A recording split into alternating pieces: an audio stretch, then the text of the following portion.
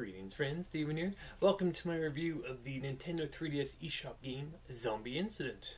Right off the bat, I don't like that name. There are zombies in the game, but Incident, it makes me think like a modern setting, like a Walking Dead, kind of Left 4 Dead kind of feel, but it's not. It's an old school game that has like a medieval theme to it. Anyways, this, like I said, is a game you can get in your Nintendo 3DS eShop. It sells in Canada at least for $2.49. I'm thinking it's $1.99 in the US. This game is brought to us by Coder Child and was developed by Neen Franz. Neat little fact about this game is that apparently it was designed with a contest that they had. I guess it was a contest. It was like game dev or game jams, or a bunch of indie types get together and make a game with a certain theme in mind. Well, this specific theme was a game that could run on the vintage console, the MSX. Now, Zombie Incident actually won that contest, and I guess they got in touch with Coder Child and decided just to make a port over to the 3DS.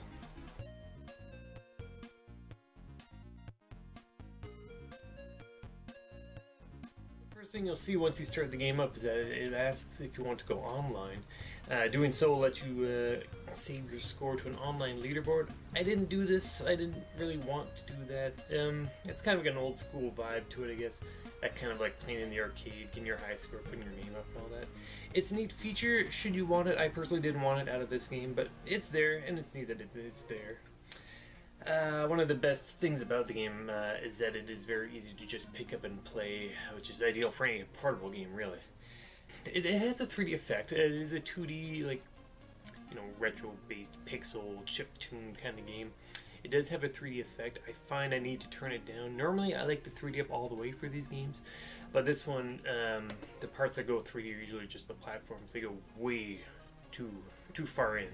So I have to turn it back, make them a bit further back. It's too much with the 3D all the way up. So what do you do in this game? You're given this one area. It is an 8x8 grid. Each box is one screen.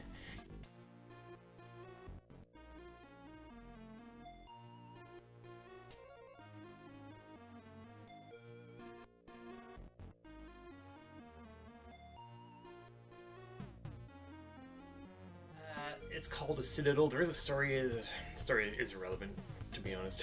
It's just a big castle. Think Castlevania, but with less enemies, and all you do is you jump on the enemies, and yeah, you're trying to.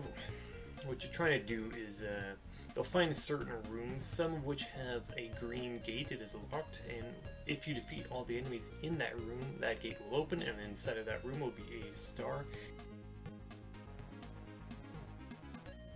Stars in the game, and you're trying to find those 8 stars to just says to run away, to get out of there. To get those gates open, you have to kill all the enemies, but sometimes you can't actually do damage to the enemies because there's actually a leveling system. Basically, what is the order here? They go from basically a walking skeleton to green to red to blue to light green, gray, etc., etc. And so basically at the start you'll be jumping on some green guys, maybe a couple reds, and over time you actually do gain little levels, and the more levels you gain, the more enemy colors you can actually jump on. If you try and jump on them before you have reached a certain level, you'll just sort of bounce off them. It won't do damage, but you won't actually be able to do any damage to them either. So you'll need to do some, I guess you could say it's grinding. All you do is just jump on them. There's no Castlevania whip, no Metroid bullets or anything, it's just jumping. Very old school.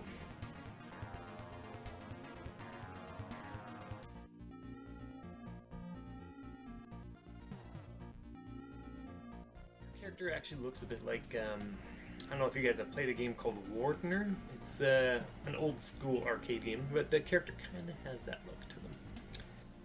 Now in the game, you have a jump like that, but there's also a double jump. It's tricky though, because I find the best way to do it is to just hold down the jump button, because your character will sort of, they don't double jump on their own, but if there's a wall, it's sort of like a double jump slash wall jump.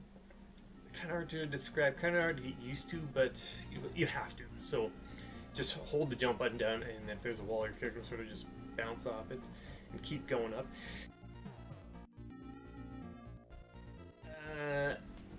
issue I have with that, most of all, aside from it just being kind of wonky to begin with, is that every time you switch between one room to the next, it's a pretty instant switch. And there are certain jumps where they'll want you to make like a jump from your room to the one above it. And you'll jump, and if you just get to the edge, you'll get the new screen, then go back to the old screen. It's very quick. I would have liked it to be a bit less immediate for that. I mean, it's good if you want to get the pace going, but it just comes down to gameplay in general. If I think less of those sort of weird jumps. Maybe they just had ramps to go up or down instead of making it a proper jump. That might have been easier. I don't know. I'm no game dev. So the music, it's okay. It's kind of catchy. It's nothing I'm humming afterwards though. Music and sound effects are limited. It's just the one main music theme that you hear throughout the game, and you know, just jumping, exploding enemies. You know, pretty basic stuff. Like I said, it's trying to be an 8-bit, old-school, retro-themed game, as many indie games often are these days. And you'll definitely get that out of the music and sound effects as well. And one other thing I noticed when this game came out is that it actually came out right around the time as these two games. You got your Majora's Mask and your Monster Hunter. Now these are two heavy-hitting games. So I gotta believe that any game coming out on the eShop, coming out when these two games come out, oof. That's some stiff competition right there. But it's out. It's Zombie Instant for the Nintendo 3DS on your eShop. Sells for $2.49 Canadian. I'm thinking $1.99 American. Should you buy it? I'd say so. I mean, it's $2, right? If you like the old school retro-themed indie games, you'll definitely enjoy this. It's difficult. I haven't beat it yet.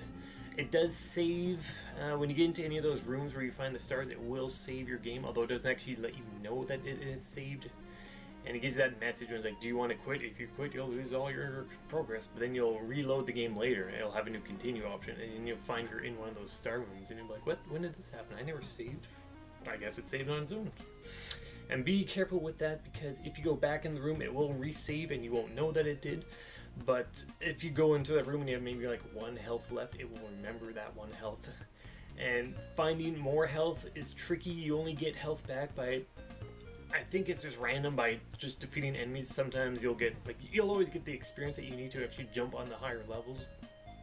But the actual getting health is tricky. There's no, like, Castlevania save room where you just save and then it also refills your health.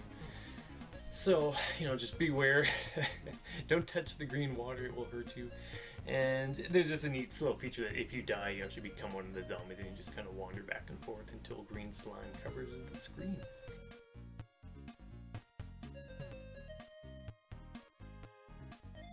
So, I guess that's about all I have to say. This is an ideal game to pick up if you've bought, maybe you bought a Nintendo eShop card for $20 and you bought a $10 game, a $5 game. They're like, well, I got $5 left. What should I spend it on? Maybe you'll spend on Zombies.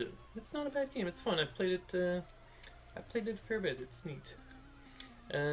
If you don't like the retro themed games, though, maybe you might not like it. So of course, just check the videos. And thanks for watching my review. I hope this helped you to decide whether or not Zombie Instant is a game you want to add to your own Nintendo 3DS game collection.